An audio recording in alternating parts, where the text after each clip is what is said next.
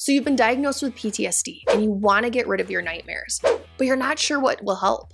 Well, today we're going to be reviewing the medication Prazosin, and I'm going to give you 5 must-know facts about this medication so you can be better informed when deciding whether or not to start it. So before we get into the 5 must-know facts, I need to quickly cover something that pops up in clinic all the time and is super confusing to a lot of patients I work with, and that's that this medication goes by 2 names. Prazosin is the generic name and Minipress is the brand name. And what you'll see is that providers will use these names interchangeably when talking about this medication, so don't get confused. So fact number 1 that I want you to know about is how this medication works. Prazosin is somewhat of a confusing medication and the exact mechanism of action is somewhat unknown. However, what we do know is that this medication blocks alpha-1 adrenergic receptors. And what this does is helps dampen norepinephrine when it's more hyperactive than it should be.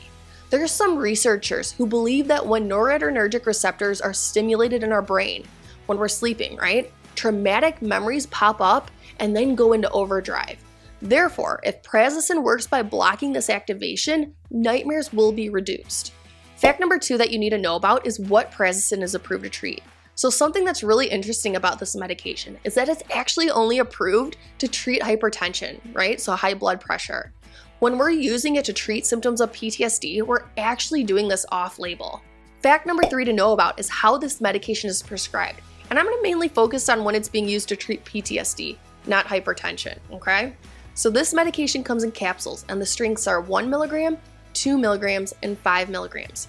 And when I'm first starting this medication, I'll start with an initial dose of 1 milligrams at bedtime. Now, dosing with this medication is extremely individualized, and the way it works is that you gradually increase the dose until either nightmares resolve or until intolerable side effects start to occur. Therefore, I've had patients on doses as low as 1 milligram to doses as high as the 20s, and I've even read about cases where patients have tolerated 40 milligrams. Now, something that you might see some providers write for is split dosing, meaning that we'll give a dose in the daytime in addition to one at nighttime. And the idea behind this approach is that the daytime dose will target symptoms of hyperarousal or re-experiencing that are commonly seen in PTSD, where the nighttime dose will target things such as nightmares. Fact number 4 that I want you to be aware of are the side effects. According to the FDA label, the most commonly reported side effects in those who are taking Prazosin in clinical trials are dizziness, headaches, drowsiness, lack of energy, weakness, palpitations, and nausea. Most of these side effects will go away as your body becomes adjusted to the medication.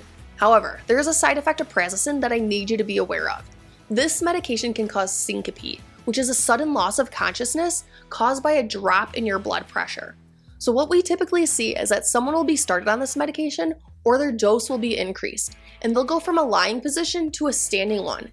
This will then lead to your blood pressure decreasing, you'll have the feeling of dizziness, and then you'll faint. These episodes generally occur within 30 to 90 minutes of taking the medication.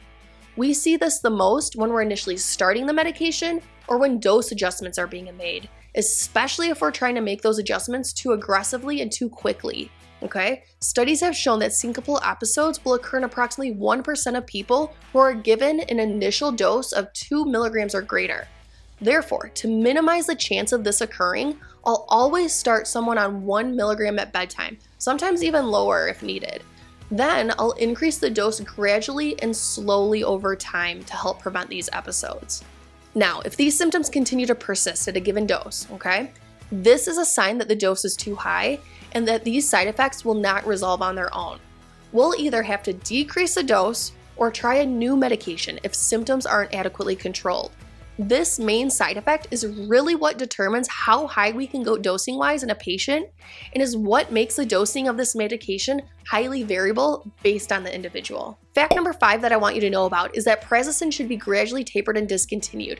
The reason behind this is that coming off the medication too quickly, especially if you're someone who has been on high doses for long periods of time, can put you at risk for withdrawal symptoms. My general approach is to decrease the dose in 1 milligram increments every several days as tolerated. Now, if you're looking to learn more about PTSD, make sure to click that top video.